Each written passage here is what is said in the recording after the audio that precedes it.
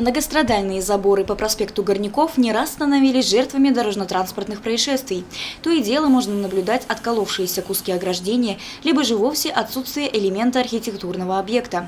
Автомобилисты с удивительной частотой врезаются в забор, огораживающий сквер.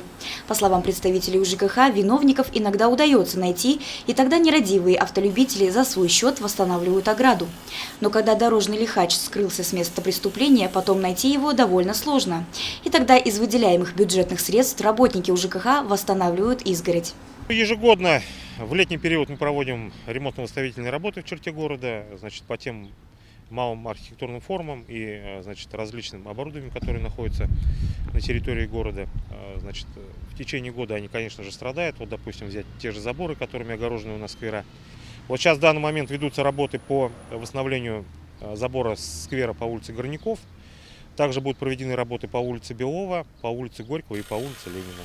По официальной статистике, около четверти всех ДТП происходит по вине тех или иных препятствий на дороге. В этом списке помимо ям, выбоин и колдобин еще и заросшие кустарники и деревья, которые ограничивают видимость водителям. Потому, помимо ремонтных работ заборов, ежегодно ведется плановая обрезка кустов по городу.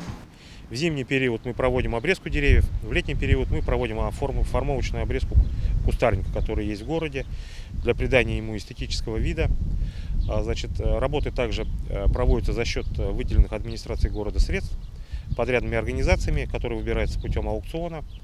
Сейчас работы ведутся у нас по улице Горняков. В данный момент работы уже проведены в парке 30-летия Победы, по улице Чайковского и по улице Белова. В течение следующей недели работы по обрезке кустарников запланированы на улицах Горького, Пионерская, Коммунистическая и Маяковского. Евдокия Титаренко, Алик Кадыров, Любовь Карпова, телекомпания СТВ.